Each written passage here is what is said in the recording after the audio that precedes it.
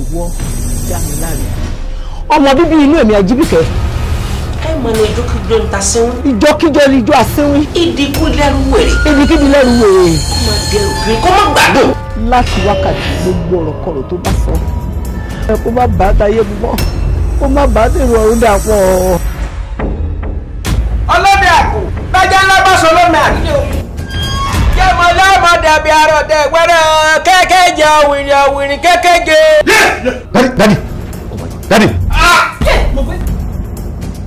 Mi ò bẹ̀gbẹ́ ní bẹ ṣe wò mí yìí. Mi ò bẹ̀rẹ̀ educated yìí. Èmi tá gbọ́ mi ti rù pa ọ́ ní mẹ́ṣẹ̀ wà.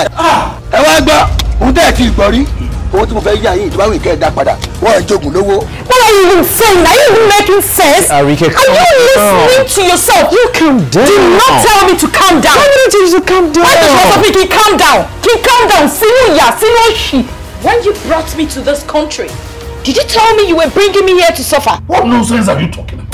Wait. Yes, you are talking nonsense. Agbaje ni. Oh yes, you don't sọlẹ́nu nìyẹn. You will suffer 600 years. Wọ́n yẹra fún wa, wọ́n jápa, wọ́n yẹra fún wa.